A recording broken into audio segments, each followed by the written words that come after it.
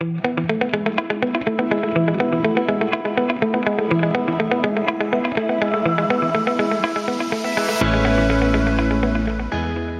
Blake and Courtney. Hello, everyone watching our Scholar-Practitioner debate. Our goal today is to explore workplace connections in remote environments.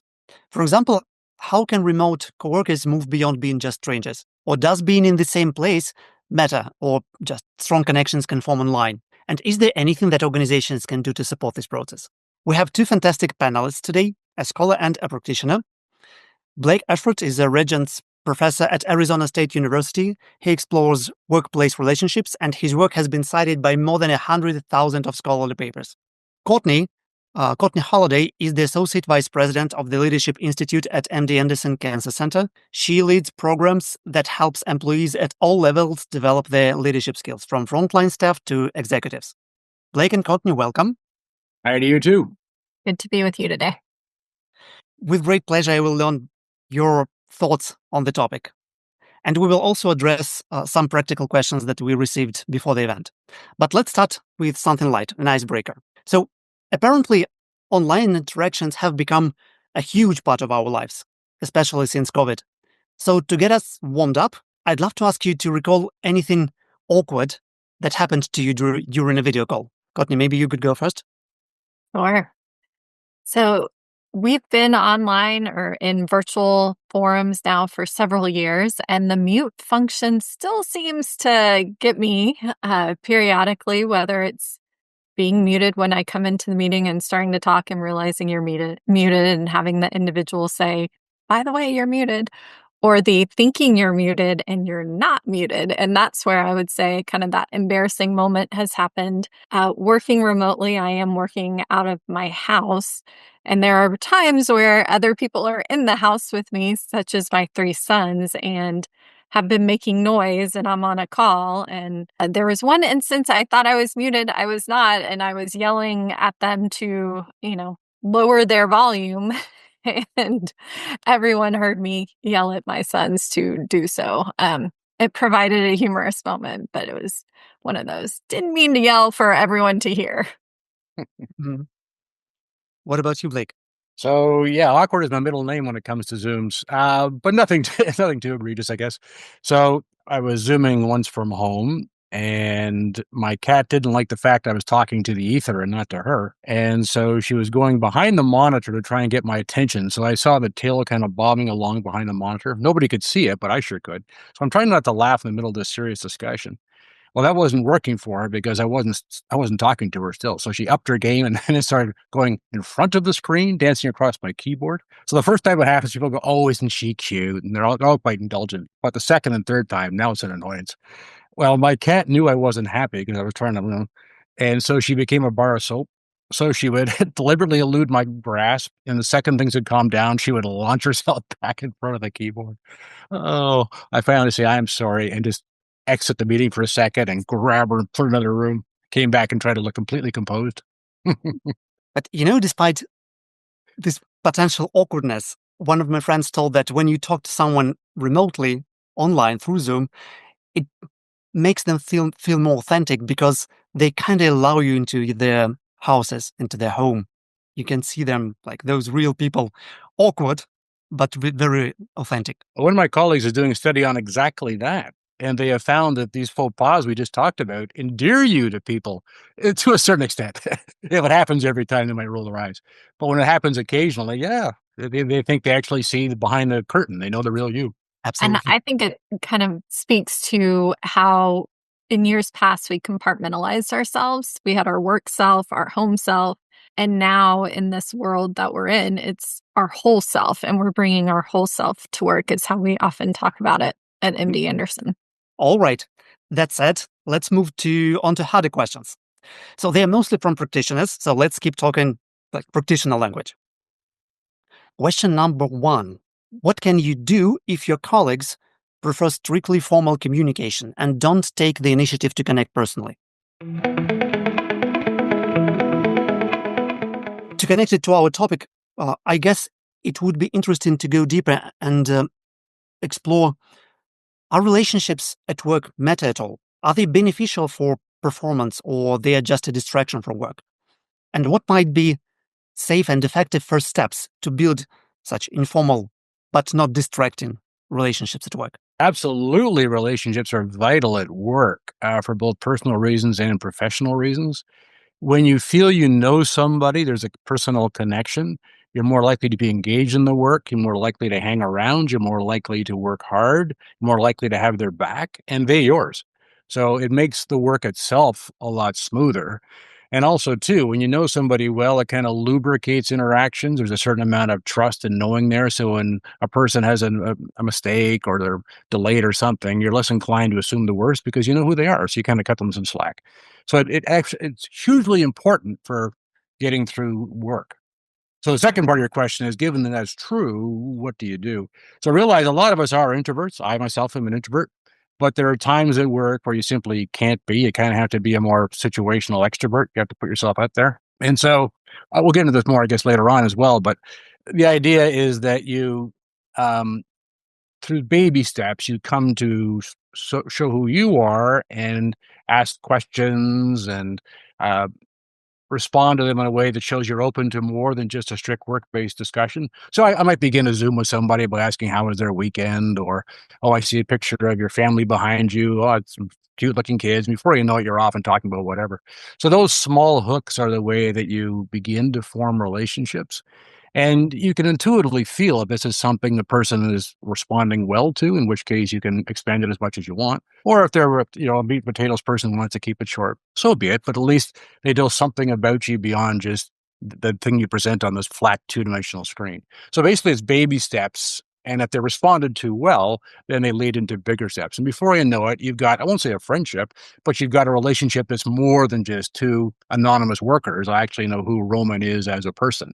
And that goes a mile towards making us more effective as coworkers. I would wholeheartedly agree. Relationships matter. Those connections are key. And we've found that those employees who have stronger connections at work are more likely to stay within the organization, especially within that first year where we have more turnover than in later years. Making those connections early on is a huge difference to keeping those employees in their first year and many years beyond that.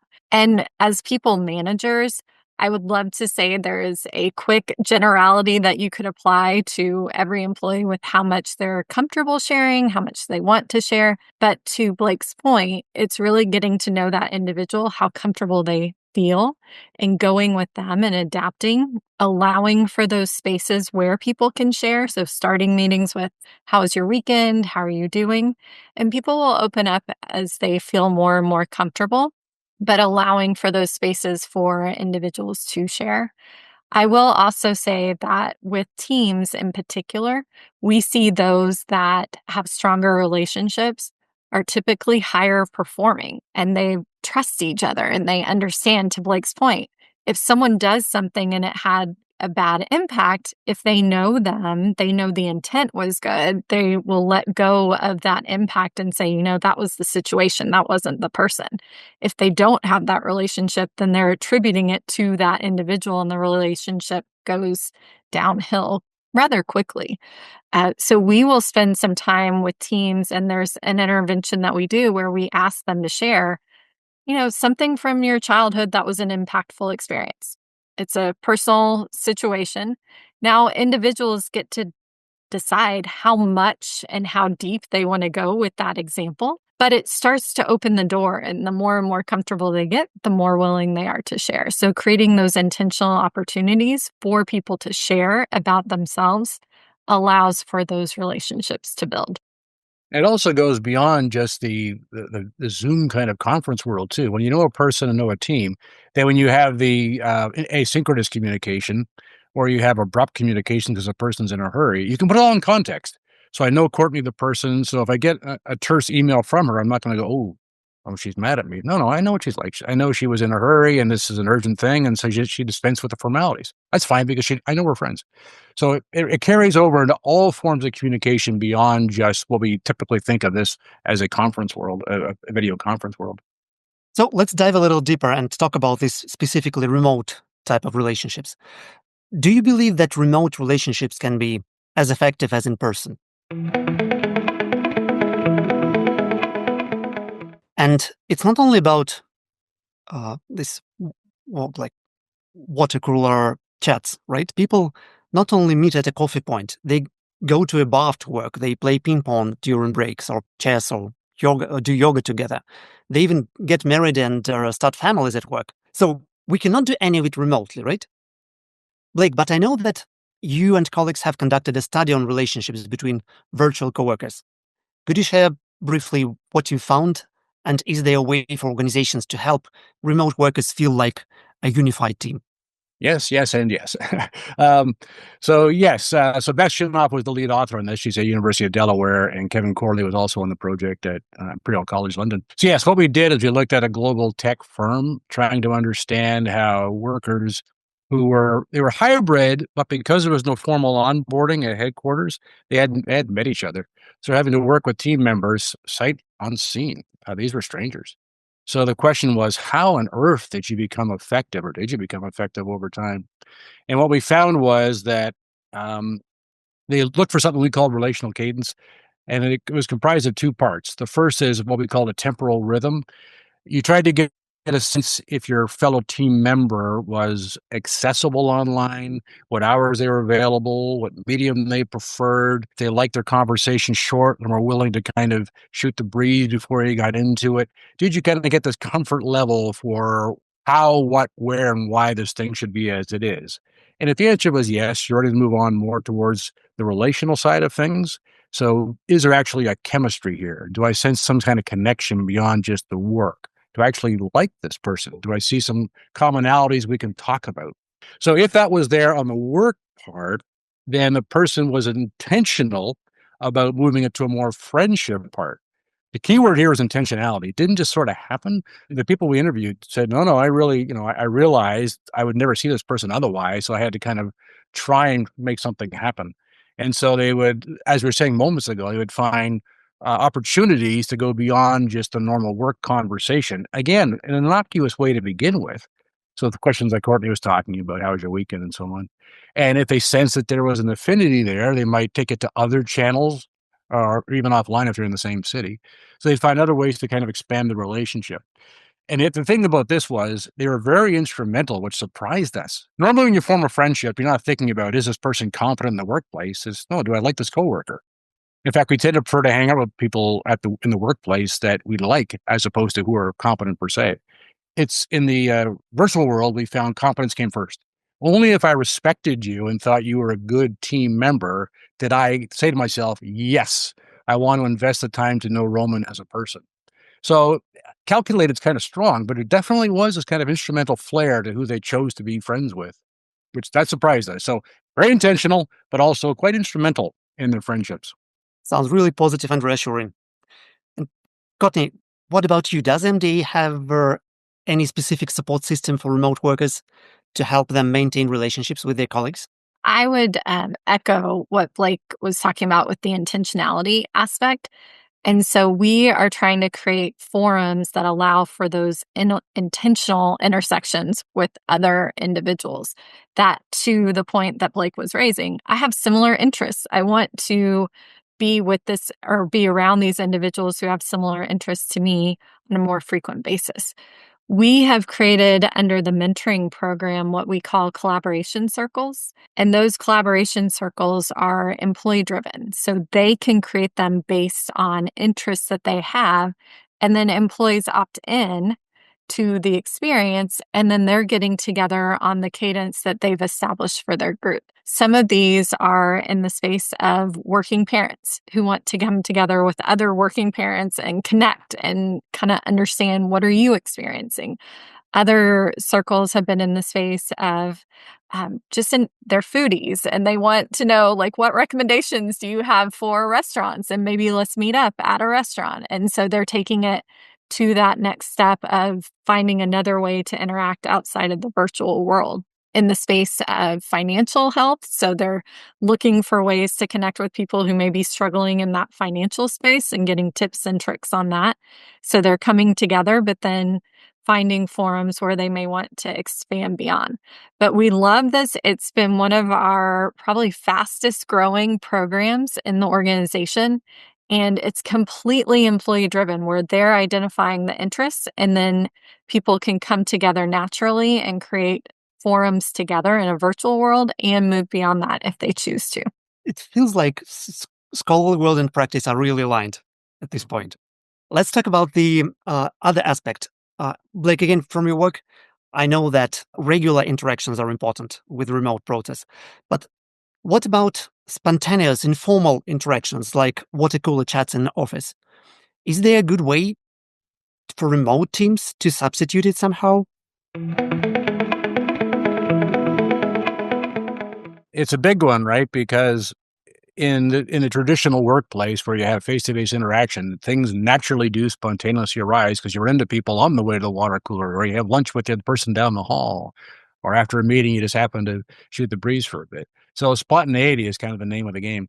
And unfortunately, that is substantially lost in a virtual world because you tend to be meeting for a work-related purpose. So in this company that we studied, in fact, the norm was that virtual meetings ought to be shortened to the point and be efficient. If workers wanted to be friends beyond that, they had to sort of carve out opportunities, and the company was kind of passive about making it possible. So Courtney was describing what companies can do. This company was very passive.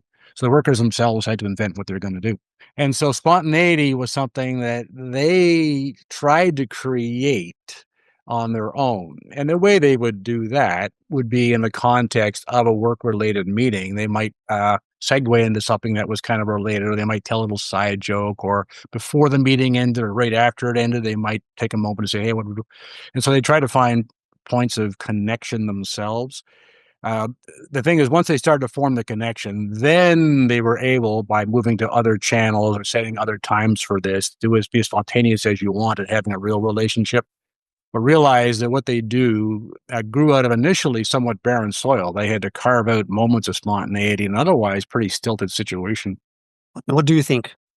Do you have any substitute for this office water cooler chats? Yeah, I would actually agree. I think we're still aligned here that this is still a challenge in Yeah, terms really of debating. how does that spontaneity naturally occur.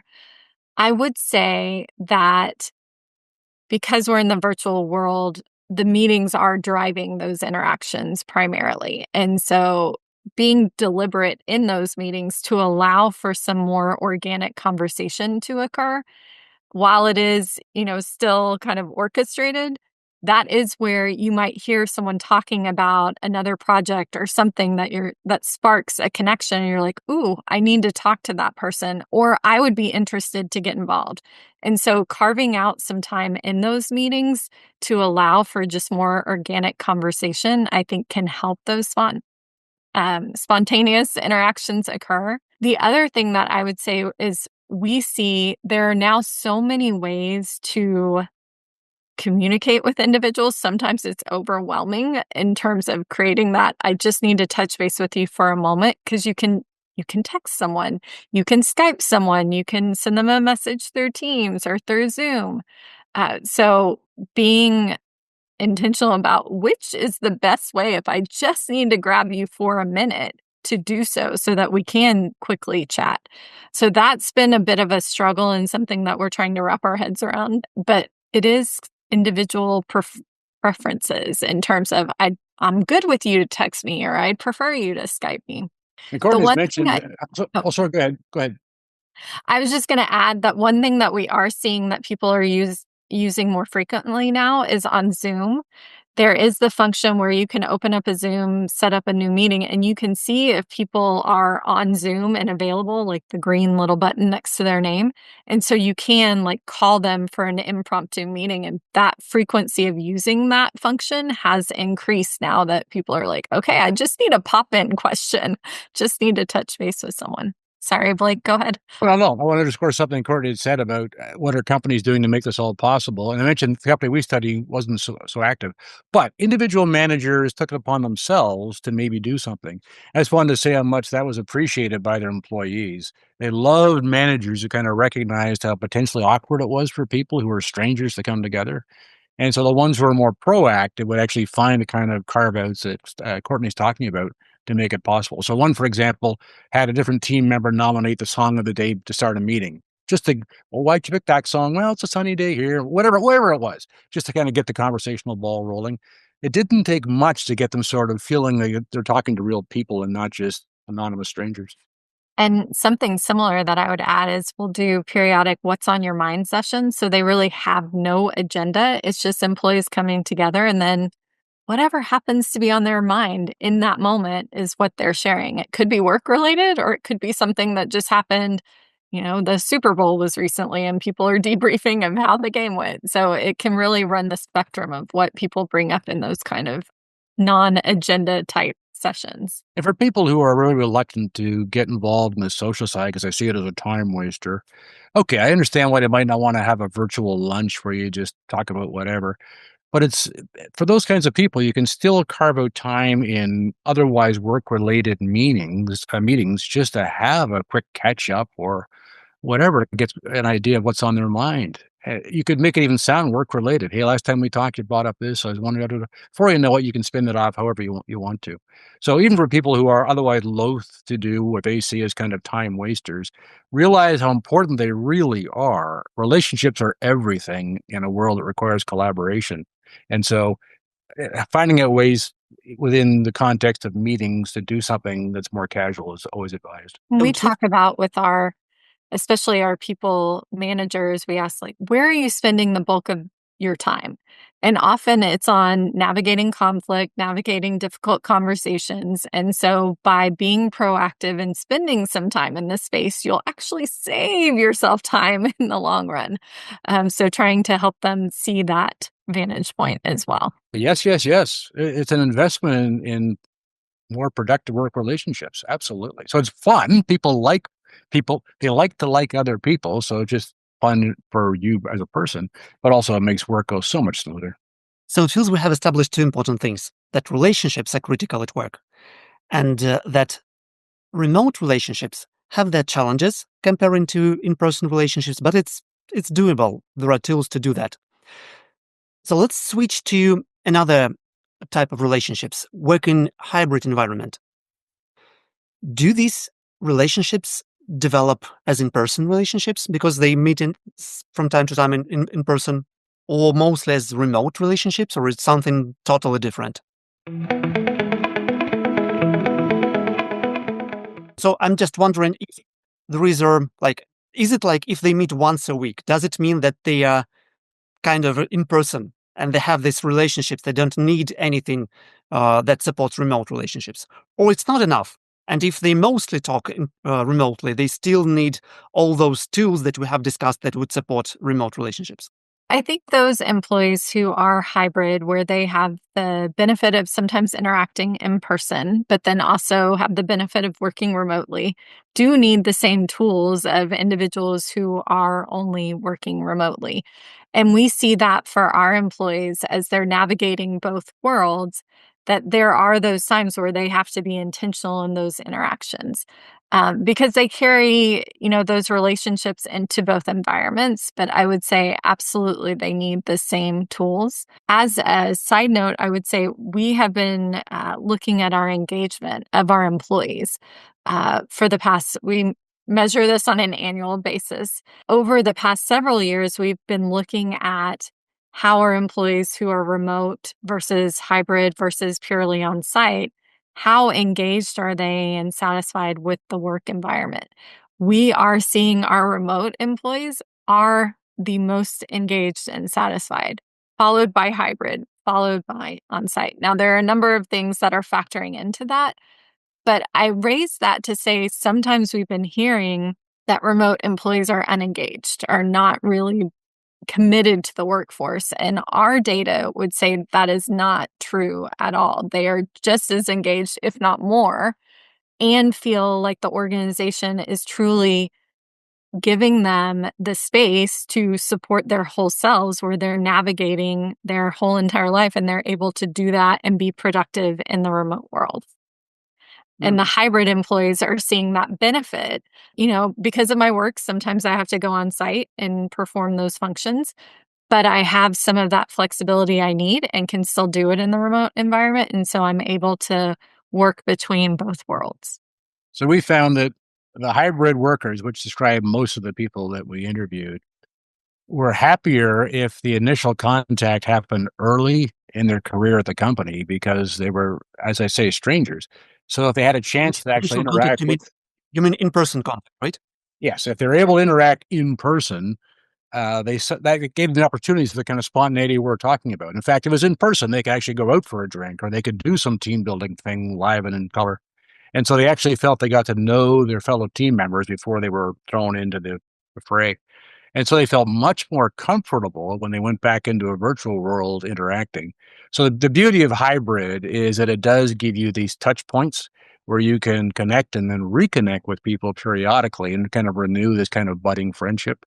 If it's solely remote and you haven't had that initial contact, it's up to you to kind of get over this awkwardness and get to know your coworkers. So if I'm a manager, I would definitely try to have something up front early on to give people an opportunity to engage with one another in live, in-person ways, if that's at all possible. And then having established the relationships, then the remote work is a lot more effective.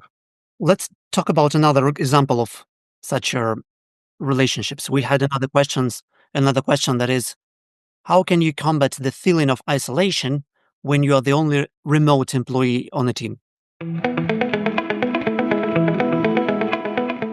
What about these mixed teams when some workers are in the office and have more opportunities to interact with each other, while others, or in this case one person, have to stay at home for some reasons but do not want to feel excluded? I would say intentionality is key here. I know we've used this word throughout our conversation today, and I would just stress it even more in this case that the team has to be cognizant of the individuals that are in the different environment, whether it's the sole remote worker or the sole on-site worker. In both directions, you have to make sure you're being inclusive and inviting those individuals into the conversations when you are hosting those meetings that have in-person and remote employees in the same forum. It's ensuring that the technology is supporting you to allow individuals to contribute and to hear the conversation in the same way. We have meeting rooms that are getting smarter and smarter. And so those individuals who are in the remote environment can actually hear some of the chatter that's going on that just happens kind of naturally when you're sitting next to someone, which you could miss out on kind of a couple of years ago when those conversations, it would only pick up the speaker. Well, now the room is picking up the conversation in the room. And so as a remote individual, you are feeling more connected to the conversation, making sure they're represented in the meeting. So visually you can see them and their faces on screen, and being deliberate about asking or pausing in the meeting to make sure that individual who is in the different setting has the opportunity to ask a question or weigh in. And so I think it's leveraging the technology, but recognizing there may be points that they're missing. And so trying to fill in those gaps has been something that we've had to, it's not quite that we're in that common practice yet because we haven't been doing this for very long. So we have to make sure it's part of the structure within these meetings that we're really calling on those individuals and inviting them into the discussion and making sure side conversations aren't side, that they're happening where everyone can hear them taking place and be a part of them. So yes to everything Courtney said. I would only add that out of sight, out of mind is a real thing. So if you happen to be the only member who is not there in person, then, and this is a recurring feature, then sadly, yes, it's very easy for others to not think about you because you're not top of mind since you're not right there in their attention space. And when that happens, people do feel isolated and they're more likely to be passed over for being updated on things, for plum assignments. They're less likely to be promoted. So there are real consequences to being out of sight, out of mind. So from the employee's point of view, this gets back to the intentionality. You really do have to try and be proactive and assertive in having other people know, hello, I'm out here, the ways you've been talking about. But also, this is what Courtney was talking about, how important it is for managers to make sure that they're cognizant of the fact that there's one or two people who are always online during these meetings. And it's so easy to forget about them in the moment, but you cannot do that because people pick up very quickly on the fact that they're just a fifth wheel. So yeah, the managers must be very uh, aware of the fact that they need to call on and update. And what do you think? I haven't heard from you, Matt, in a while. What do you think? I know this relates to what Susan was just Susan went drawing on people. And when you call them out by name, people are normally have things to say. If this is it's a team meeting, it's their topic. Of course, they have things to say, and so you've given them a license to now kind of, as they see it, you're kind of interrupting this thing. People are talking around a table. It feels almost awkward to burst in on it. So the manager kind of gives you those entrees, and then you feel more included. Before you know it, you're more of a regular participant. And I would add to that, I love where you were going with Blake on what can the employee do to proactively ensure they're not out of sight and out of mind. And we'll talk about who is in your support network. Do you have a mentor? Do you have a sponsor? Do you have a coach, your manager? Who is your employee coworker that is your buddy? And so making sure that you have a robust network that you are tied to, and that if it's not just one mentor, have multiple mentors, but making I sure you love this have topic. those intentional connections so that you have a robust network around you so that you can prevent proactively isolation from occurring. And if I'm the manager with an introverted employee who doesn't take the initiative, and I feel they're in danger of being out of sight, out of mind, well, that's where check-ins come in very handy. It could be something like every Friday we'll meet from 4 to 5 to catch up, or if it's an intense project, we'll meet daily. If it's not intense, then maybe biweekly. Just some kind of regular check-in so they know you haven't been forgotten. Because the flip side of out of sight, out of mind is the person might think they have been forgotten, and they're more inclined to slack off themselves, and they go, "Oh, no one seems to notice, so why do I care?" So the idea of the check-ins is for the manager to go, "Hey, I see you. I know you're out there. What's on your mind? How can I help?" And this is where the mentors and support groups really kick in. They're there to help you, but realize it's a two-way street. They have to reach out to you, and as a manager, you got to make sure that they've got regular reasons to talk to you. Yes, I would double down. The manager's responsibility is to have a routine check in. And we stress that all the time with their employees. They should be meeting. It shouldn't be once a year during the annual performance evaluation. You should be having multiple check ins about just how's the employee doing? How's their work going? How are they doing? A couple times a month so that at least, projects are going to be one thing, but just checking in to see how the individual is doing is critical. And if they're surprised by the performance review, then you, the manager, aren't doing your job properly. They should not be blindsided by the review. They should know fully well pretty much what you're going to say because you've been having these routine updates. They need not be formal things. It's a check-in. In the course of the check-ins, issues come up about job issues or family issues or career issues or whatever's on the person's mind. It's interesting that although you are talking about very similar ideas, I still hear a theoretical or practical perspective behind your words. It's really interesting to have this combination in the discussion. But unfortunately, this is all time that we have for today.